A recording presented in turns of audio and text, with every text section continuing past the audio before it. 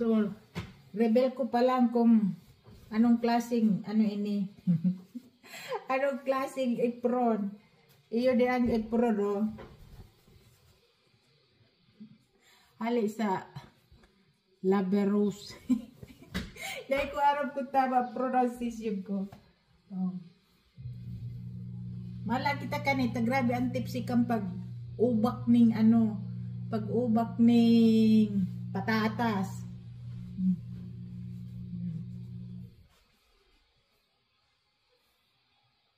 Gusto ko inita. Hindi ko lang nahiling na bagay pala mag-ipron.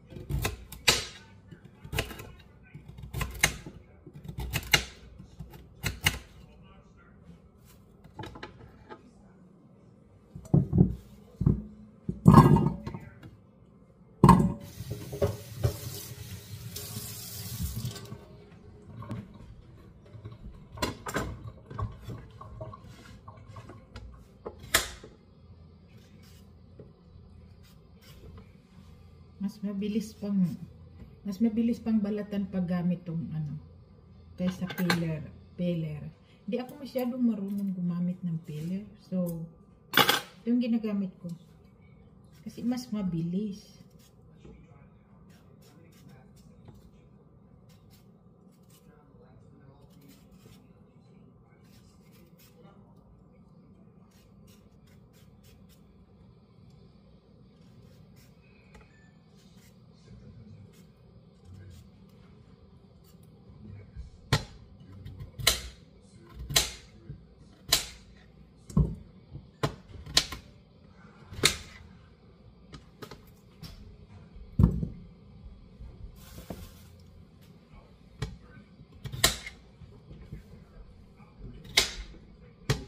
Hindi na ako masyadong nagbablog kaya mayo akong tultol na ano, vlogging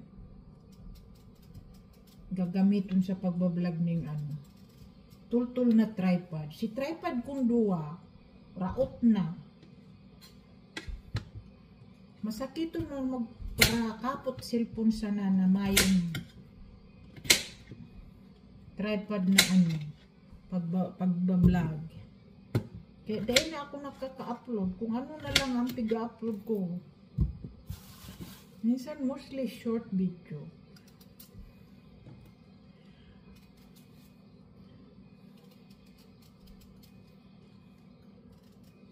Para mo ning ano, lulutuon kong beef stew. Dahil man ako masyadong nagkakakangkani. Ning kaibahan ko hindi sa harong na duwa. Aram mo ang pigkakakan sa naman din dapat naluto ng isto.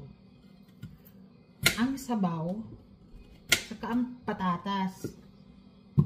Ang karne, yan ang pigkakakan. Mas lalo man kung dahil ko man kakakanon, masakiton man matunaw. Makulog sa tula ko pag nagkakakan akong na ano, laman na baka, karning baka. Kaya so ituhong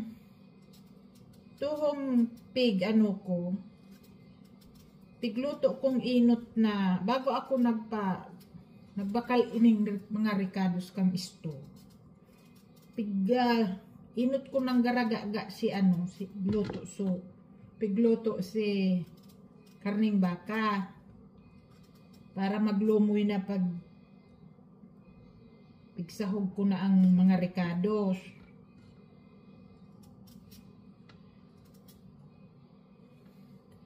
Ang kantidad kam bakang laman na i-esto. $25. Nahiling ko sa freezer. Haloy na dyan sa freezer. So, habo kong masayang, naisipan ko ngunya na lutuon. Nasasayang. So, gabos-gabos, ang ricados na binakal ko, nasa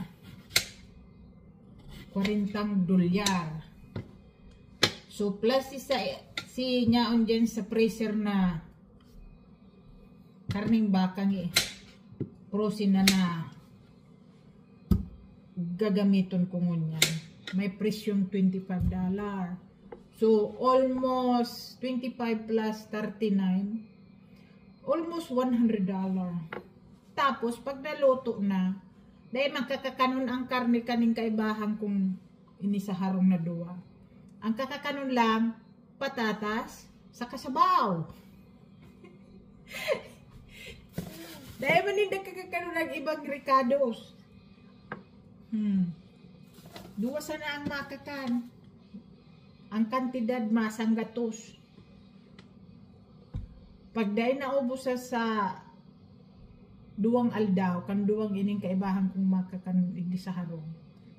Dahil na yung kakakanon pag ikatulong aldaw, habo na, suya apo na. Kaya dahil man ako kanin naguluto, ta naghihinayang akong maray. Grabe ang gastos kan sangkap, in the same time, grabe ang ang proseso, halawig bago ka magluto. Tapos saro-saroon mo ang karning baka, lulutoon mo sa dikit na lana na mag brown bago mo luluto. Tapos ang kada ingredient ipapry mong dikit. Tapos, bago mo iralaga ang ricado sa stew na nainot ko na nga nilaga para maglumoy na maray. Pasil ka kanon. Kaya, iyan. Kaya man ako nagpaparaluto kaning permi. Dawa gusto niya. Nagsasayang lang nin pagkakan. Mahiling mo dyan sa kaldero, mayo ng patatas, ng sabaw, sigabos na ricado sa kakarni, yung natada, iaapon. Grabe ba ang sayang. Kaya minsan, nagluluto ako, kada ikatulong bulan, pag nahiling akong tigprosin niyang karning baka, yan, naglulutoong ko sayang. Pag nahaloy sa freezer, nahiling niyang nagkulor ning maitom-itom na. Dahil na, apo na, madata na daa. Kaya ako man, kada pagihiriling ko yan dyan kung anong pwede pang pakinabangan bago apo niya. Luto ko, dawa masakit itong magluto.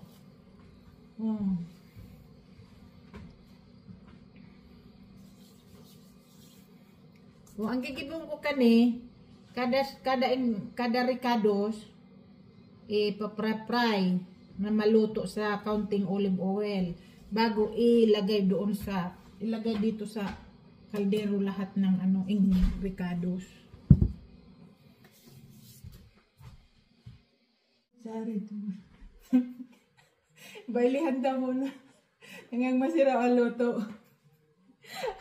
Babailihan ta ang bago magluto tayong magresulta masiram. Parang dyan.